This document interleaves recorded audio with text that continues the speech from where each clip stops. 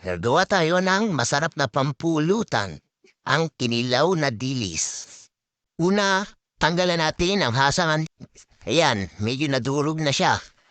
Tanggalin natin ang ulo. Yan. At buntot.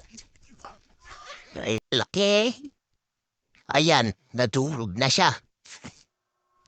Ayan, tsaga-tsagain lang natin. Yan, tanggal lang. Okay. Dahil tinamad na ako, tinanggal ko lang ulo at buntot. Mga ingredients natin. Yan, kita niyo naman. Tingnan niyo na lang. Iwa tayo ng sibuyas.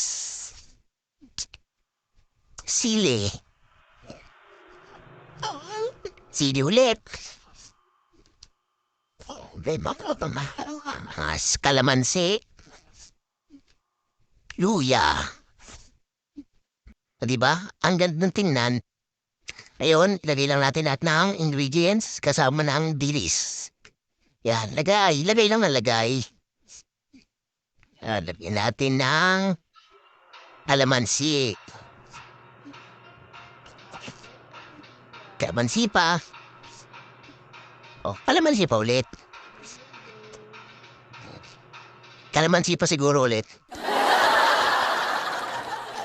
At kalamansi pa rin pala. Ngayon, usa natin na ang suha. Para magandang pagkakakilaw. At halu-haluin natin. Halo. Ayan na, malapit na. Ayan na ang pulutan. Malapit nang madikmang.